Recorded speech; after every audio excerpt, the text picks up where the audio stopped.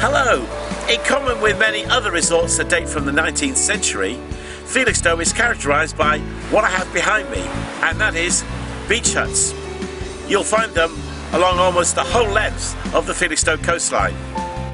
For most people, they're a little home from home where they can spend lazy days watching the world go by, as well as having a base to enjoy the beach and the seafront.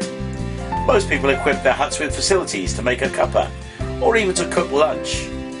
And of course, the hut is somewhere to sit in the warm and the dry, an essential here in Felixstowe, even though it's supposed to be the sun trap of the East Coast. Huts are much sought after, and one in Felixstowe can cost between £5,000 and £15,000, depending on location. If you think that's steep for what is, after all, a glorified garden shed, then one in Dorset recently sold for £160,000.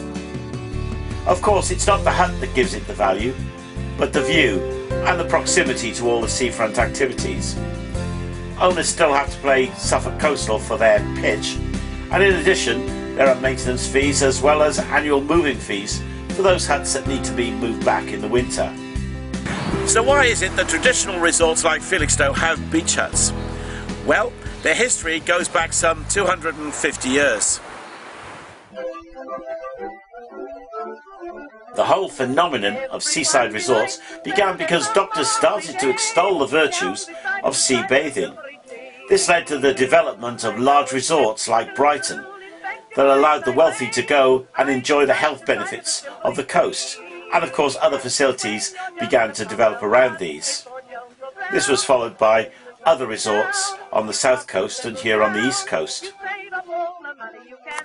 But these were the days when it was considered unseemly to bathe in the sea in public, and this gave birth to the bathing machine. These were horse-drawn carriages that reversed into the sea and allowed the bather to change and to descend into the water with maximum privacy. There were usually separate men and women's bathing machines. Bathing machines even got the royal approval. Well, in 1789, George III took a dip in the sea at Weymouth. Bathing machines characterised Felixstowe from the earliest days of the resort. This photo was taken around 1880. However, at the end of the 19th century, people began thinking that if they could have their own private changing room to bathe from, then why not have a private space to enjoy the beach, as well as shelter from the wind and, well, the rain. They began to erect huts similar to fishermen's huts along the coast. Here are a number of early postcard pictures of Felixstowe with their beach huts. Many of these would have been owned by the local hotels for use by their guests.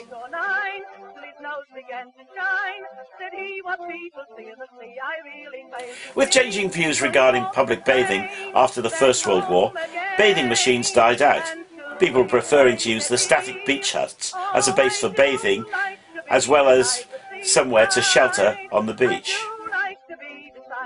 In the era of mass British tourism up until the 1960s, beach huts were a strong feature of the UK seaside resort scene, where beach huts were available for hire by the day or by the week, either from private owners or from the local council.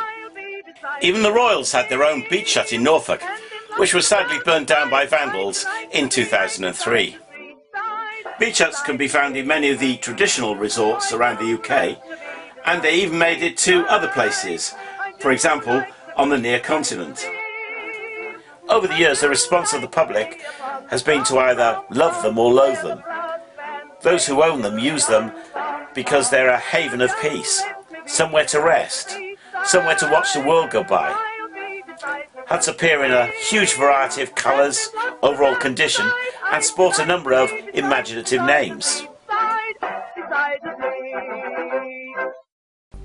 To others, huts are a blot on the landscape, ruining unspoilt coastline with a rash of nothing more than glorified shacks. In some places there's been pressure over the years to remove huts from areas of high amenity value, or at least tidy them up. We can see evidence of this in Felixstowe, where these permanent chalets sprung up as tidier replacement for huts. The council also built terraces into the cliffs in certain places as they carried out coastal protection work. Here's a picture of Cliff Road in Old Felixstowe in the 1920s and at present. The whole idea of rest and leisure has changed radically in the last 100 years. During the 20th century, we saw the advent of paid holidays, the shorter working week, mass tourism and cheap travel that allowed people more time to do what the Americans call R&R, rest and recuperation. Leisure time. People don't usually associate rest and relaxation with religion. There was a time not so many years ago where people associated the Christian faith with people who didn't have a good time and who were only interested in hard work. However, when you look in the Bible, what you find is that God invented rest and relaxation. In the Bible, the people of Israel were told to observe the seventh day of the week as a Sabbath day. It's in the Ten Commandments. Sabbath is the Hebrew word for rest.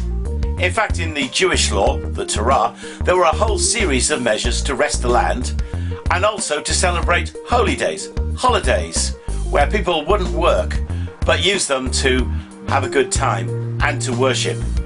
In their society, there was no separation between the religious and the civil. The Sabbath and holidays found their way into Christian culture. That's no surprise, as we have the same need to rest. It's something fundamental. Look at our society, and many people find that the source of stress and depression is a failure to have adequate R&R. We're fortunate in our country that we've developed 2 non-work days for most people, Saturday and Sunday.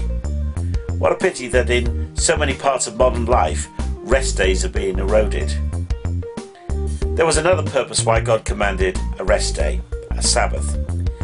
That was that it gave people time to stop and reflect on who they were, and on life, and on God, to worship Him, to give Him thanks for the good things in life, and to ask His help for the things that were not so good, and to ask the fundamental question, where's my life going?